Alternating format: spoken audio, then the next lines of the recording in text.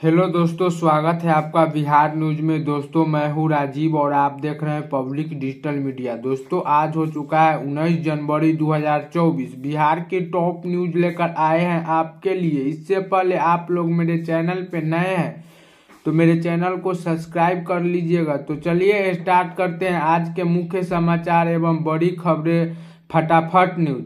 नीतीश की एनडीए में एंट्री की सुगबुगाहट। चिराग मांझी और कुशवाहा ने की बैठक। आरजेडी भी विदाई के लिए थे। आपको बता दें कि मुख्यमंत्री नीतीश कुमार को लेकर बिहार में सियासत चर्चा गर्म है। नीतीश कुमार एक बार फिर पला बदलते तो उस सूरत में एनडीए के घटक दल चिराग पासवान और जीतन राम मांझी और उपेंद्र कुशवाहा की पार्टी का क्या होगा, इसको लेकर दिल्ली में चिराग के घर तीनों नेताओं ने बैठक की है। आपको बता दें कि इस बीच तीनों नेताओं के आदेशों को ताकत इस बात से मिली है जब अमित शाह ने एक अखबार के साथ इंटरव्यू में कह दिया कि जनता दल यूनाइटेड यानी जेडीयू के प्रपोजल आने पर बीजेपी जरूर विचार करेगी। जाहिर यह है कि इसके बाद बिहार में चल रही सियासी चर्चा को बल मिल गया है और एनडीए के घटक दल के अलावा आरजेडी ने भी नई राजनीतिक परिस्थितियों के लिए तैयारी करने में जुट गई है। और दूसरी ओर चिराग पासवान के घर बुधवार को देर शाम जीतन राम मांझी और उपेंद्र कुशवाहा रात्रि भोजन के लिए आमंत्रित थे। बिहार सरकार में समाज कल्याण मंत्री मदन सहनी ने गुरुवार को कहा कि मध्य प्रदेश के मुख्यमंत्री मोहन यादव के बिहार आने से कोई फर्क नहीं पड़ने वाले। आपको बता दें कि समाज कल्याण मंत्री ने कहा कि मोहन यादव जिस राजनीतिक के उद्देश्य से बिहार आ रहे हैं उसकी पूर्ति कभी नहीं होगी। आपको बता दें कि मदन सहनी ने यह भी कहा है कि बिहार का यादव जो समाज है राजनीतिक रूप से जागरूक हो चुका है और वह जागरूक है, वह कभी भी भाजपा के बहकावे में नहीं आने वाले हैं। यह भाजपा के दोहरे चरित्र को दर्शाता है। उप मुख्यमंत्री सह पर्यटन मंत्री तेजस्वी प्रसाद यादव के निवेशकों से आग्रह किया गया कि पर्यटन के क्षेत्र में निवेश के लिए आइए। सरकार आपको गारंटी देती है कि बिहार सरकार में कोई परेशानी नहीं होगी। राज्य में पर्यटकों की संख्या बढ़ी है लेकिन वे यहाँ रुकते नहीं है। राज्य की कई सुविधाएं इस तरह से होनी चाहिए कि पर्यटक बिहार आए तो कुछ दिन रुके भी और एक बार आए तो दूसरी बार भी बिहार आने का उनका मन करे। राज्य सरकार ने नई पर्यटन नीति लागू की है जिसमें पर्यटन क्षेत्र के उद्यमियों के लिए कई तरह की सब्सिडी और सुविधा देने का प्रावधान किया गया है। पर्यटन क्षेत्र के विशेषज्ञ की सलाह और सुझाव का भी इससे समावेश किया जाएगा। गुरुवार को उप मुख्यमंत्री एक होटल में टूर ऑपरेटर ऑफ होटेलियर्स के साथ पर्यटन नीति पर विमर्श के बाद उन्हें संबोधित कर रहे थे। उन्होंने कहा कि विभाग इस कोशिश में लगा हुआ है कि राज्य के सभी जो सुविधाएं है उसे और बेहतर बनाया जाए ताकि यह पर्यटकों के लिए अधिक दिनों तक यहाँ रुके और जो राजस्व के साथ रोजगार की वृद्धि होगा। पर्यटक क्षेत्र में राज्य में असीम संभावना। यह वाटर स्पोर्ट, जंगल सफारी, इतिहास, विरासत और धार्मिक टूरिज्म सब कुछ है। मुख्यमंत्री नीतीश कुमार को निशाना साधते हुए जीतन राम मांझी को जेडीयू ने जवाब दिया। आपको बता दें कि जेडीयू के मंत्री अशोक सिंह ने कहा कि बढ़ती उम्र के साथ आपको आत्म सुधार की आवश्यकता है। दरअसल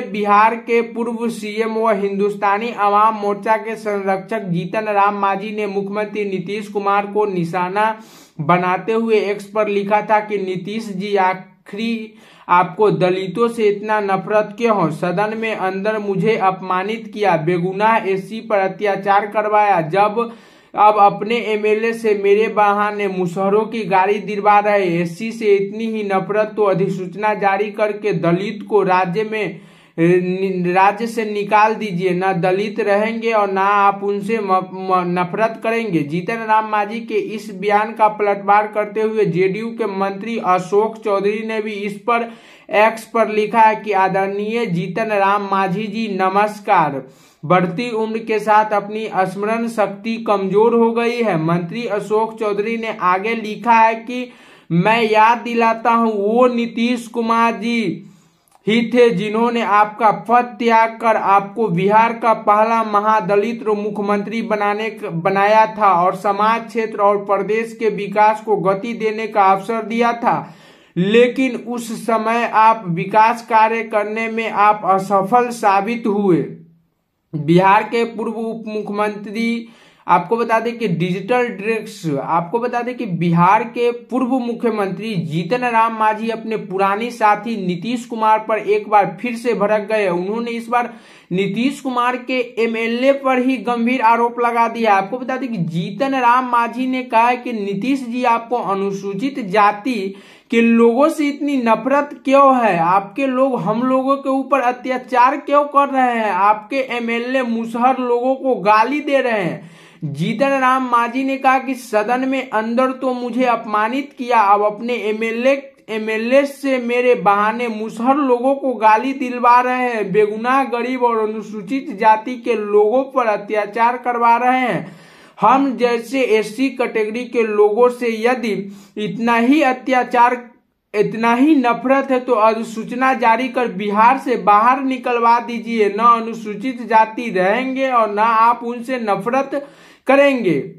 मान गए के पाठक। सीएम नीतीश कुमार ने लिया था संज्ञान, जल्द संभाल सकते हैं शिक्षा विभाग। आपको बता दें कि बिहार के शिक्षा विभाग के एससीएस के पाठक जल्द ही काम पर लौटेंगे। सूत्रों के मुताबिक के पाठक मान गए हैं और छुट्टी का आवेदन वापस लेंगे। साथ ही 2 दिनों के भीतर फिर से शिक्षा विभाग का जिम्मा संभाल सकते हैं। सीएम नीतीश कुमार ने पूरे मामले पर संज्ञान लिया था। सीएम नीतीश कुमार ने वरिष्ठ आईएएस अधिकारियों को समझाने का जिम्मा दिया था। के पाठक से लंबी बातचीत हुई, हालांकि पाठक की नाराजगी की वजह नहीं पता चल पाई है।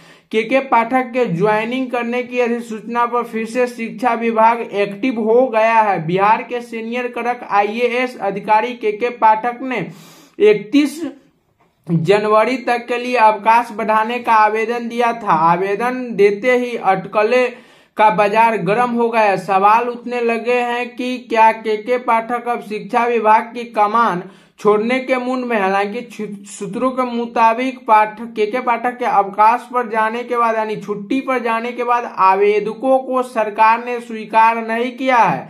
अब ताजा घटनाक्रम के मुताबिक पाठक की नाराजगी दूर हो गई है और जल्द ही वह विभाग की कमान संभालने वाले हैं। आपको बता दें जल्द ही के पाठक अब आ जाएंगे। सीएम नीतीश कुमार ने उनसे करीब बातचीत हुई है और उनको सीएम नीतीश कुमार संज्ञान लिया था और सीएम नीतीश कुमार ने वरिष्ठ अधिकारी के पाठक को समझाने का जिम्मा दिया था। के पाठक से लंबी बातचीत हुई सीएम नीतीश कुमार की। बंगाल से पूर्णिया आकर ग्रामीण बस्तियों में स्मैक की डिलीवरी देने वाले 3 अंतर्राज्यीय स्मैक तस्करों को पुलिस ने गिरफ्तार किया है। पकड़े गए तस्कर का गैंग का मुख्य सरगना पश्चिम बंगाल का रहने वाला है, जबकि 2 अन्य तस्कर पूर्णिया के रहने वाले हैं। पिछले 8 महीने से स्मैक की तस्करी का कारोबार कर रहे थे। महज 8 महीनों में इन्होंने खूब पैसा बनाया। साथ ही तस्कर स्मैक डिलीवरी के बाद पैसे बंगाल के खाते में भेजते थे। इनके बैंक खाते से 2 करोड़ से अधिक के ट्रांजैक्शन किए गए थे। पुलिस ने स्मैक तस्करों को गिरफ्तार कर जेल भेज दिया है। पुलिस ने अंतर्राज्यीय स्मैक तस्करों को 5 ग्राम स्मैक की खेप के साथ रंगे हाथ धर दबोचा है। पुलिस ने इन तस्करों को जानकी नगर थाना क्षेत्र के लादूगढ़ के वार्ड नंबर 15 के जगह टोला के समीप से गिरफ्तार किया है। 22 जनवरी को केंद्रीय कर्मचारियों की आधे दिन छुट्टी। बिहार सरकार से बीजेपी की मांग, राज्य सरकार भी छुट्टी करे घोषित। आपको बता दें कि अयोध्या में राम मंदिर प्राण प्रतिष्ठा समारोह को लेकर 22 जनवरी को केंद्र सरकार ने अपने सारे सरकारी दफ्तरों में आधे दिन की छुट्टी घोषित की है। इस दिन प्रधानमंत्री नरेंद्र मोदी रामलला की प्राण प्रतिष्ठा करेंगे, जिसे लेकर हाफ डे की छुट्टी रहेगी।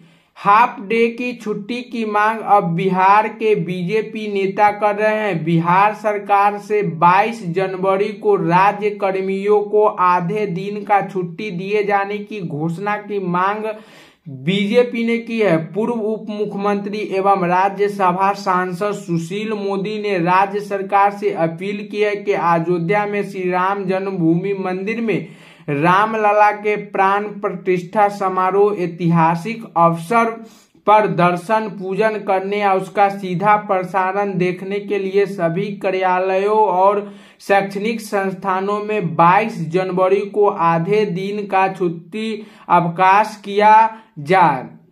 नीतीश कुमार की सरकार चुनाव से ठीक पहले बड़ा फैसला लिया है, जिसके तहत उन्होंने प्रदेश के 94 लाख गरीब परिवारों को 2-2 लाख रुपए देने का वादा किया है। हालांकि सीएम नीतीश कुमार के इस फैसले से जन सुराज के सूत्रधार कहे जाने वाले प्रशांत किशोर खुश नहीं है। उन्होंने बिहार सरकार के इस वादों को चुनावी लॉलीपॉप बताया। आपको बता दें कि प्रशांत किशोर ने कहा कि बिहार सरकार गरीब परिवारों को 2-2 लाख रुपए बांट पाए तो अच्छी बात है, क्योंकि न इन्होंने पैसे देने हैं और न ही कुछ करना है। अभी चुनाव सामने है तो यह लॉलीपॉप बांटने का मौका है। अगर सरकार के पास साधन है तो पैसे ट्रांसफर करने चाहिए, लेकिन बिहार में 3.25 करोड़ परिवार रहते हैं। आर्थिक सामाजिक नजरिए से बिहार देश का सबसे गरीब और पिछड़ा राज्य है। यहाँ 100 में 80% लोग दिन भर में 100 रुपये भी नहीं कमा पाते हैं। बिहार में प्रति व्यक्ति आय लगभग 35,000 रुपये, वही देश के प्रति व्यक्ति आय 1 लाख रुपये 35,000 रुपये है। ऐसे में अगर बिहार सरकार कह रही है कि वो सबसे गरीब परिवार की मदद करेगी तो मदद कीजिए, लेकिन इस तरह की रेवड़िया बांटने से कुछ होने वाला नहीं है। जब तक आप समाज को पढ़ाएंगे नहीं, शिक्षित नहीं बढ़ाएंगे और रोजगार नहीं देंगे, तब तक सुधार नहीं होगा। मोतिहारी में हाथ कांपती ठंड से हर कोई परेशान है। बीते एक सप्ताह से सारी शीतलहर ने मुश्किलें बढ़ा दी है। एक रिक्शा चालक से लेकर आम व खास सबों का जीवन अस्त व्यस्त हो गया है। रिक्शा चालक जहां 2 वक्त के रोटी के लिए सड़क पर ठिठुर रहा है, वही घरों में रहने वाले लोग भी काफी परेशान हैं। धूप की किरण नहीं निकल रही है और सड़कों पर भी इसका सीधा असर देख रहा है। यात्रा करने वालों की जिंदगी और बेहाल हो गई है। आपको बता दें कि बिहार में ठंड का प्रकोप लगातार जारी है। बिहार में बहुत ज्यादा ठंड हो चुके हैं और रिक्शा चालक जहां 2 वक्त की रोटी के लिए सड़क पर ठिठुर रहा है, वही घरों में रहने वाले लोग भी काफी परेशान दिख रहे हैं। और आपका क्या राय है, आप लोग हमें कमेंट बॉक्स में बता सकते हैं। और चैनल पे नए आए हो तो चैनल को सब्सक्राइब कर लीजिएगा। और आपका क्या राय है, आप लोग हमें कमेंट बॉक्स में बता सकते हैं। वीडियो देखने के लिए धन्यवाद। जय हिंद।